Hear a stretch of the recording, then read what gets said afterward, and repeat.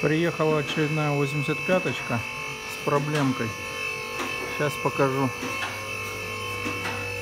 Ломает ухо в одном и том же месте. Там, вот видите, отломаны уши, точнее одно ухо. Еще разок. Вот такая беда. Снимаем разъем контроля. Так, снимаем пластиковую крышку. Так, вот два болта с плюсом-минусом с высоковольтной батареи, их откручиваем.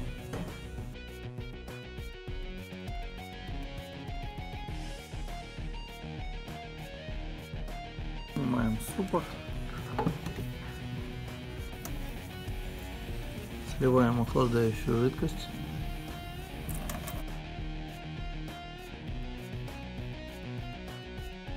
Итак, опускаем подрамник с мотора, отключаем плюс-минус, опускаем электромотор. Так, обломал все-таки оба уха, и одно, и второе. Подрамник с электромотором сняли. В общем-то, почему ломает, это все понятно. Но такую мощность посадить на такие мелкие крепления, это, соответственно, неправильно. Но сейчас мы их усилим, и переднее крепление усилим, и заднее.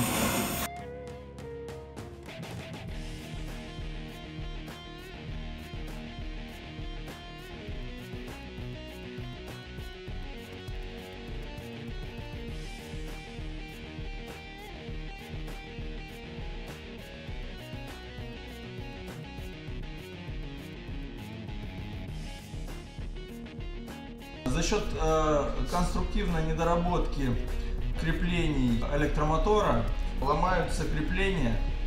Вот. В связи с этим при ремонте усилили переднее и заднее крепление электромотора, вот, что не даст дальнейшей поломки данных креплений.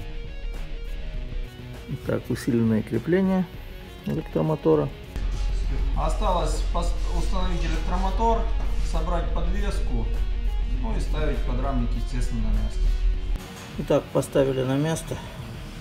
Значит, болты пришлось заменить на такие же каленые, но только чуть подлиннее, по той причине, что утолщились стенки данного крепления, соответственно, длины не хватало.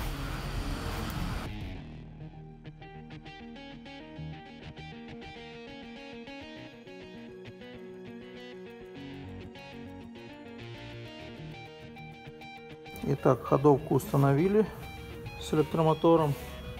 Теперь можно устанавливать на автомобиль. Так, устанавливаем редуктор с подвеской на место.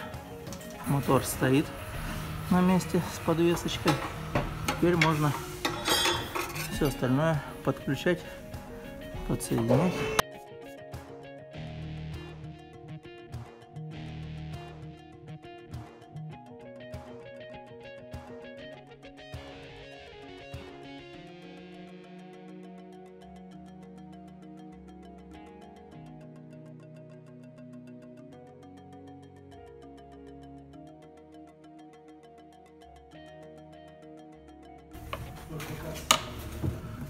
Устанавливаем пластиковую защиту.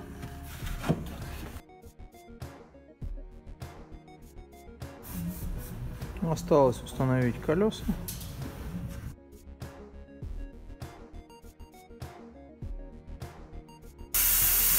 Вакуумизируем систему охлаждения. Итак, автомобиль собран.